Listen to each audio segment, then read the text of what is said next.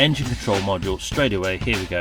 The left O2 sensor before TWC, which is the cat, is aging. There she is. How long that's been on the car? 21 years. So let's go into refault code. Oh, there we go. That's what we like to see. No faults. Do you know what? It definitely sounds smoother.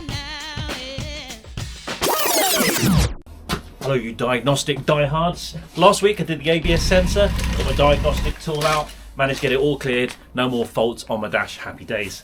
This week I've got my O2 sensor replacement, we're going to get straight into it. Got a brand new one here. You probably find that the old one is just sort of sooted up, but as it's been on the car for 21 years, it's not muck about, it's just changed the sensor. So I've got a nice little sensor. I have got a sensor removal tool which actually slips over the top. It's designed to go on, but as there's a lot of room down there, I should be able to actually just get a spanner on it. But either way, I've got both options. And I'm going to use my launch as my diagnostic tool of choice today.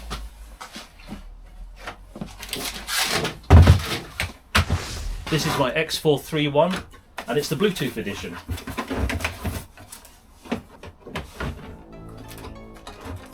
Let's get it on the car and let's get it diagnosed and get that sensor replaced.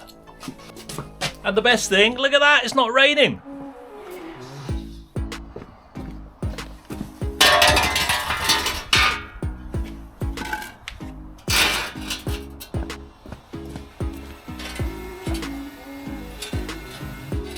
Bits of winter there because the car sits a bit low.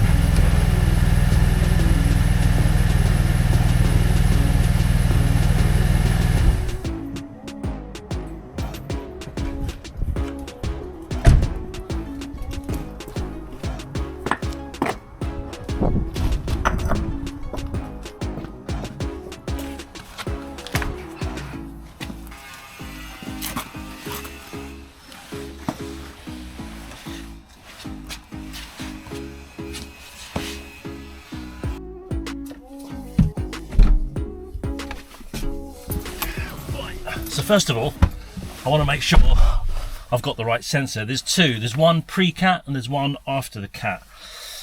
So I would very much think that the plugs are different on it. I could just unplug it and make sure that the one that I bought is the one for that particular sensor.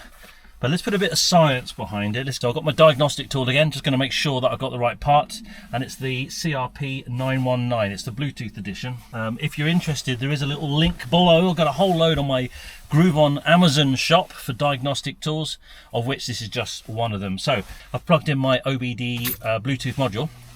That's going to talk to the launch, the CRP 919. Then we're going to go into the particular oxygen sensor, which would be somewhere in the exhaust or the engine management.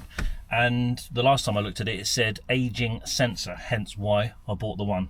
Connected to the Bluetooth module successfully, reading VIN, and then it's going to decode the VIN, and we can go straight into having a look at that oxygen sensor. Let's go diagnostic. I'm going to run a full diagnostic because I want to make sure that if there's more than one control unit that's affected by the aging sensor. So I'll see you in a couple of minutes. So all done, and all the ones in red are all my faults at the top of the list, and there's plenty of those. Right, so let's go and find the ones that's relative. Engine control module straight away, here we go. The left O2 sensor before TWC, which is the cat, is aging. Correction variable exceeded, so it's pre-cat, before the cat. Oh, but then again it says here O2 sensor after cat is below applicable threshold. So you can see that the one after the cat has also got a fault code there. However, I thought I'd buy one sensor first because I had a feeling that if I change it, the one that's pre-cat before the cat, then maybe that will then rectify the one after the cat. Perhaps the two of them are working in tandem. So let's do one thing at a time, otherwise I never know what the fault is. Let's replace the pre-cat one. So I'm hoping I've got the right one because I made sure I checked it all before I bought it. I've got to take the underguard off, we'll get it on the car, and then we'll go back and do a diagnostic and see what it says. Yeah, that's what we'll do. People ask me, how do I know the information that I do? But I use things like e-manual online. You pay for it once, and then you've got something like 7,000 pages worth of information. You can download the whole document, so it's saved on your PC. You don't need an internet connection, and it even indicates it. It shows you the area on the car. I've got an oxygen sensor which I need to replace, and it's down in the back there. So what I can do is use my e-manual and just type in oxygen sensor. I've got a nice little diagram, and it tells me the different oxygen sensors on the car. So honestly, get yourself one of these manuals. This is a 21-year-old car, and look how complicated it is. So God knows what modern cars are like. Having an electronic manual that you can just quickly tap into and go and find the specific problem is absolutely indispensable. And you know, once you've got this manual, it's yours for life. There's no subscription. You can have it offline, and you can look up whatever you want to, whenever you want to. Also, right now, there's a 22% discount for you down below in the description. So the parts sitting back here, I'm going to get the old cover off. Just going to remove the rear one if I can, this one here, and I can get a bit more access in there.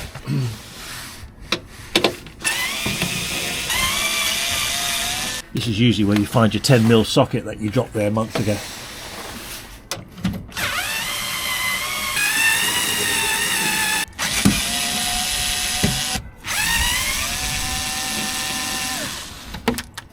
Oh, that's water, he hopes.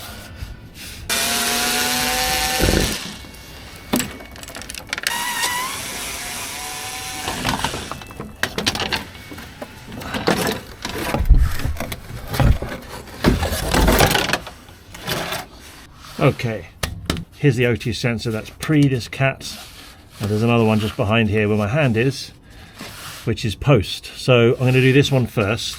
I'm going to follow it around and just see what the connector's like, which is a nice round pin, that's good. And then this one here is also a round pin, but that one's for the post cat. So let's do one thing at a time.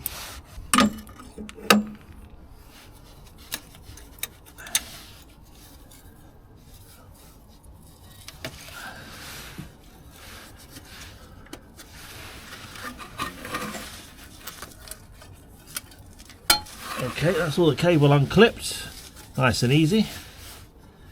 There's two little prongs here that you just sort of gently pull back.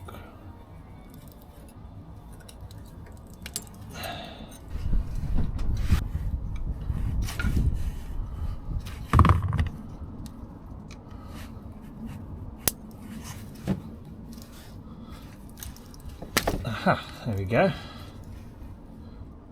Looks nice and dry in there. Lovely.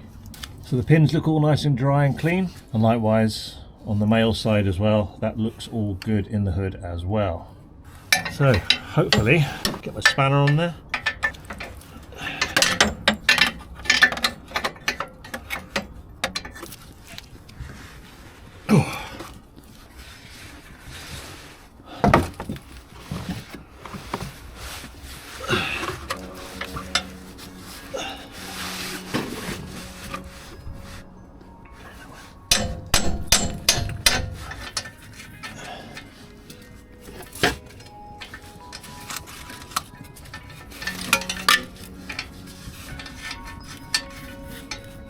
I know that the new one I've bought has a much longer lead, and it's obviously to accommodate different cars.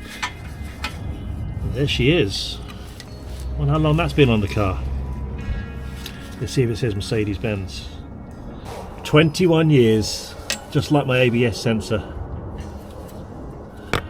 Museum piece. Right, I'm going to go compare it now to the new sensor.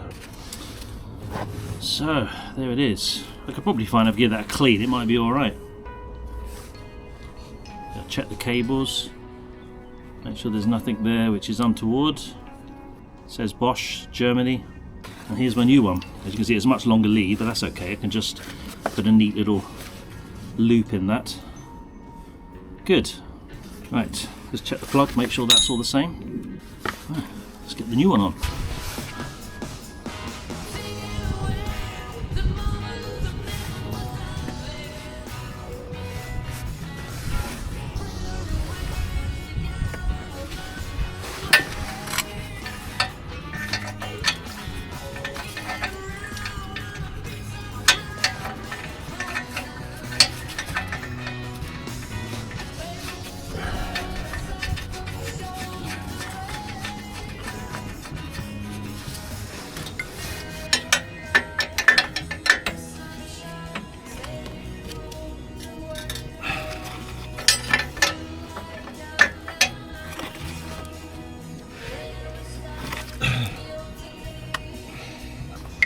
So what I'll do with this cable is I'll keep it away from the hot exhaust.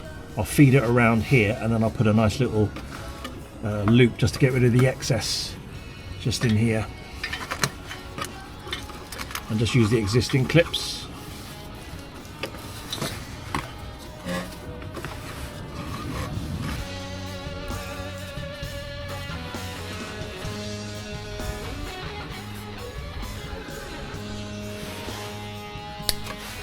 All right, good. Right, I'm gonna go and check the diagnostic now. All right, so let's have a look and see. Let's go back one. So these are, I'm hoping now, going to be able to clear. So let's clear the fault codes. So it's just going to clear it from the it's just going to clear it from that control unit. Right, so I need to go back to the car and switch off the ignition. So ignition's off. Press OK. And now we have a clear bill of health on the codes. They're not there. So let's just make sure it's dropped down to the bottom. It was engine control unit, wasn't it? Engine control management. There we go. Normal. Oh yeah. But importantly, I've got that O2 sensor changed, and as I said, I'm hoping now that I've replaced the one before the cat, that the one after cat is going to start behaving itself as well, rather than replacing that, because it probably were affected by it. So let me just start the car, because it was certainly a little bit lumpy before. It wasn't running sweet.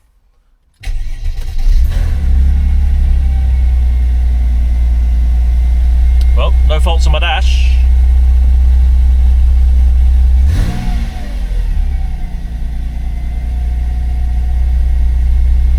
Do you know what? It definitely sounds smoother. That's not a placebo effect. That definitely is smoother.